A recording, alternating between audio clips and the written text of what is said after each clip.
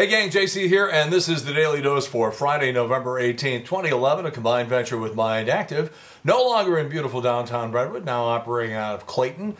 And of course, you can call them anytime. They do all this web development stuff and web strategy, etc. and so forth. We have great television archives top of the page, our eye candy feature along the bottom, our Cardinal gallery of about 60 photographs in chronological order from the championship 2011 season is right there. And of course, we are here Monday through Friday at jcontheline.com. Rock and roll poll.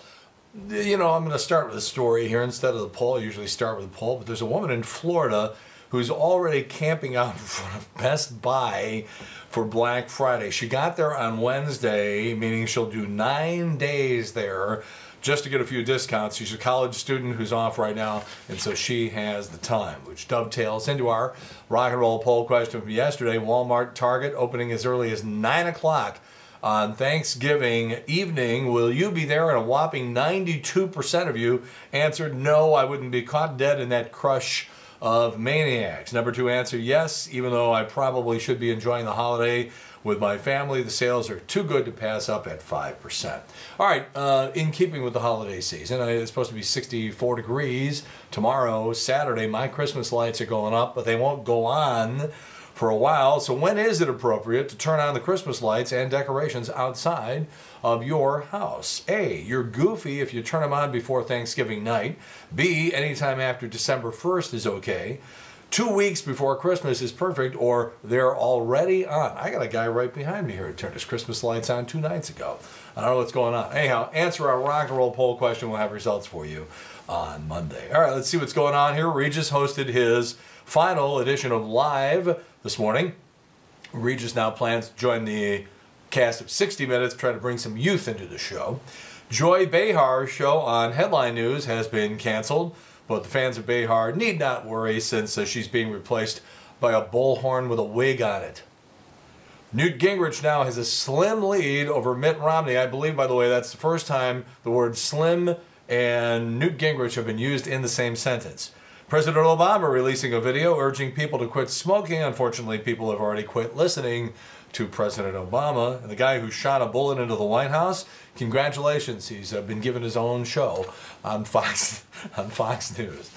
I almost got that out. There's a story in the paper today, the Post-Dispatch, and here we go again. Oh! Okay, idiots keep trying to tell you that football has replaced baseball as the national sport in this country, pointing to the ratings and showing that the Rams games, the Rams don't have a very good team, the Rams games on average outdraw the largest showing of any Cardinal game. Okay, now let me back up. First of all, the Rams games are on over-the-air TV. It's a distinct advantage. A lot of people still don't have cable and satellite. A lot of people have basic cable and satellite. They don't have the sports package. So right off the bat, you could even see the spike in the World Series games. When the playoff games, so the playoff games were on TBS, the numbers were down here. As soon as they went to Fox, Big Fox, over-the-air Fox, boom, the numbers went up. And it's more than just the fact that it graduated into the next level of the playoffs. So that's number one. You can't compare over-the-air TV with cable. It's not fair. Number 2, the Rams play 16 Sundays in the fall.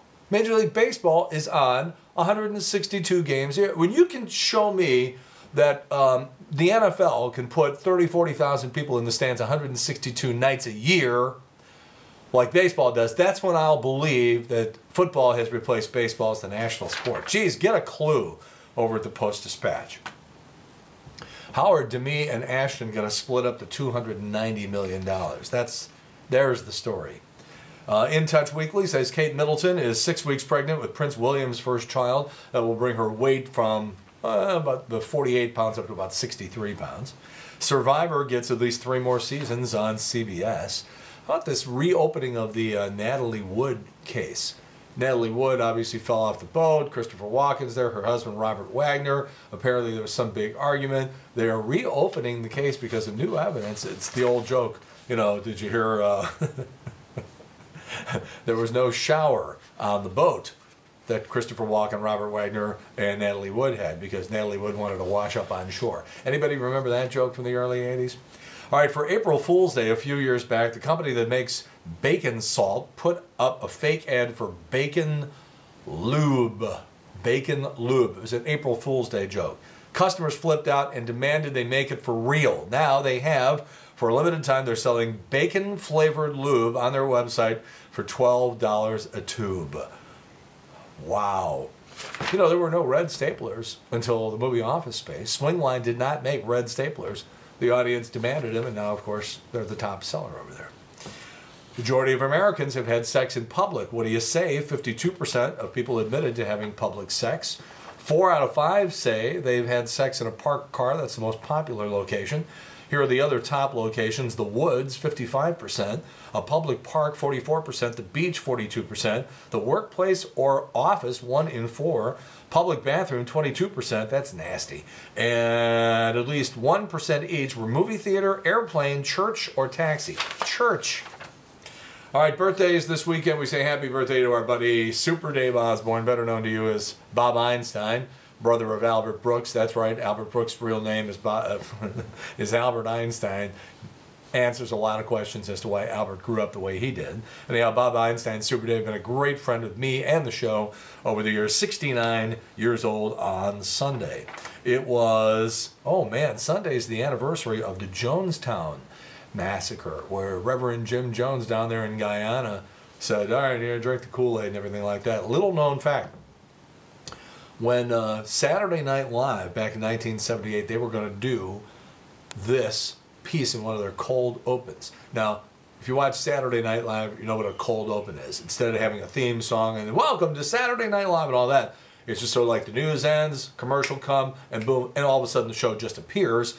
And then they actually do the intro to the show after they do the opening bit. That's called the cold open. And what they were going to do, what they actually did do in rehearsal with the censors and NBC shot this down.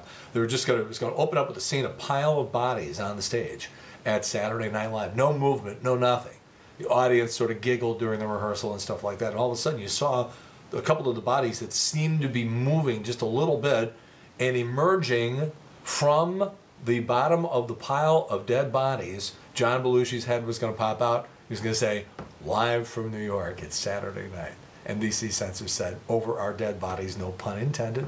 It never made it to air, but 1978 was the year. All right, we got a word that David Freese is going to be walking the red carpet when Major League Baseball unveils the 2011 World Series film premiere presented by Budweiser down at the Peabody Opera House.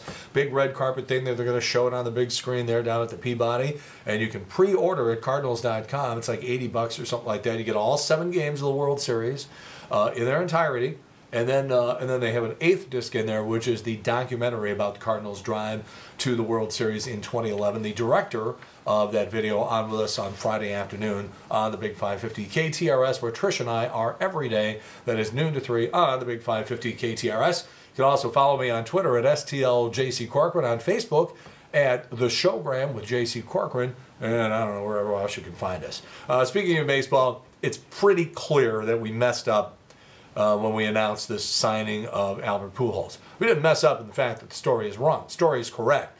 We messed up in making it a nightmare for the St. Louis Cardinals organization. There is no way now that John Mozeliak could pop out of those GM meetings and be ambushed by the reporters going, what about the reports out of St. Louis that Albert is holding a press conference on Friday to announce he's re-signing? And John Mozeliak was like, oh, crap. So Albert's getting on a plane today for Hawaii. Story is correct. It's just that they're not going to announce it today. There's no way that Mozeliak could pop out and tell those reporters the story is false, even though he knew it was true, and then turn around and come back 36, 48 hours later and say, oh, by the way, we're holding a press conference, and hey, you messed up, you trusted me. My guess is Albert, who's going to be on his vacation for 2 weeks in Hawaii, will come back after the 2 weeks, and they will announce it then. So we have every reason in the world to believe that the story is accurate. It's just you're going to have to wait 2 more weeks for the story to come to fruition. And that's my story, and I'm sticking to it. JC's Eye Candy today. They put up the big red bow around the Science Center. This was a prank by Wash U engineering students back in 1966, but people liked it, so now they do it every year. And you'll see the crane and you see the guy hanging off the side of the big dome there at the Science Center.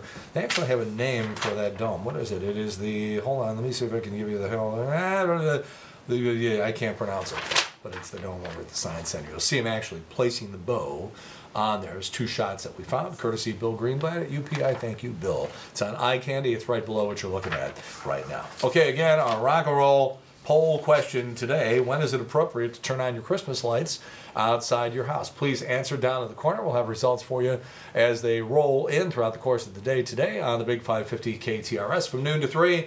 And, of course, Monday morning we'll have the results, and you can always check in at jcontheline.com. That's it. JC's Daily Dose for Friday, November 18th, 2011.